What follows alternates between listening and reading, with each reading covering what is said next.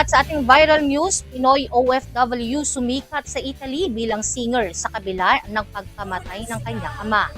OFW singer sa Italy na isang Pinoy mula Nueva Ecija ang patuloy na umaangat sa mundo ng musika sa Milan. Sa kabila ng maraming pagsubok, napatunayan niyang kayang abutin ang pangarap sa pamamagitan ng tiyaga at determinasyon. Ayon sa mga awit na si Alan Ocampo na taga Malayantok, Santo Domingo, Nueva Ecija, matagal na niyang pangarap ang maging singer. Higit pa rito, pangarap din ito ng kanyang ama bago ito pumanaw. Nasaksihan pa nito ang kanyang pag-awit sa telebisyon sa Italy. Pangarap ko kasi ng tatay ko na matupad ko yung aking matagal ng dream. Yun po ay ang maging singer. Hanggang sa pumanaw siya, nihintay niya na maging singer ako. At nakita naman niya yung kumanta ko sa TV dito sa Italy. At siguro naman masaya siya nung pumanaw. Dahil nakita niya pa bago siya mawala ng hininga. Dahil dito naging mas matibay ang kanyang loob sa kabila ng lungkot, pinili niyang ipagpatuloy ang kanyang pangarap. Bukod dito, ginawa niyang inspirasyon ang alaala ng kanyang yumaong ama sa bawat performance niya. Sa simula, sumali siya sa mga lokal na singing contest. Gayunpaman, hindi naging madali ang kanyang paglalakbay. Nakaranasaan niya siya ng pagkatalo at matinding frustration. Ngunit sa tulong at tiwala ng ilang kaibigan ay nagpatuloy siya. Dahil dito nagkaroon siya ng lakas ng loob na sumali sa isang TV contest. Sa huli, nagwagi siya ng Silver Record Award at nakilala sa industriya. Pagkatapos nito, nabigyan siya ng pagkakataong mag-guest sa telebisyon. Kalaunan, inalok siya ng isang producer ng recording contract.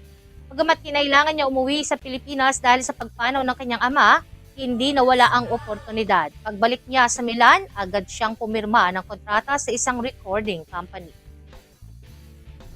A year ago, pumirma ako ng contract at gumawa ako ng iba't ibang kanta. 4 na yung nagawa ko. Tulad ng Nothing's the Same, Alone,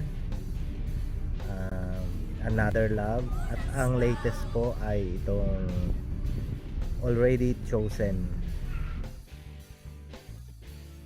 Uyan na ilalabas na ang kanyang mga kanta sa digital platforms tulad ng Spotify at YouTube.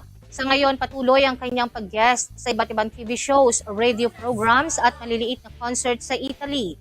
Bukod dito, unti-unti na rin siyang nakikilala bilang isang recording artist. Ayon sa kanya, hindi madaling abutin ang pangarap.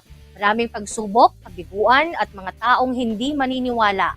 Gayunpaman, mahalaga ang pagpapatuloy at paniniwala sa sarili. Hinihikayat din niya ang mga kabataan na huwag sumuko. Sa halip, ipaglaban ang kanilang mga pangarap kahit mahirap ang daan. Para sa kanya, mas mabuting subukan kaysa magsisi sa huli.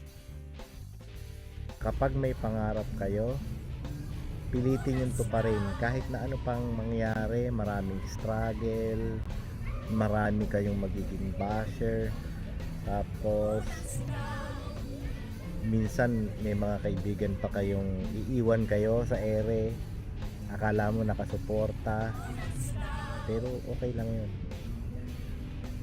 Basta ang mahalaga, tuparin nyo ang pangarap nyo, whatever happens.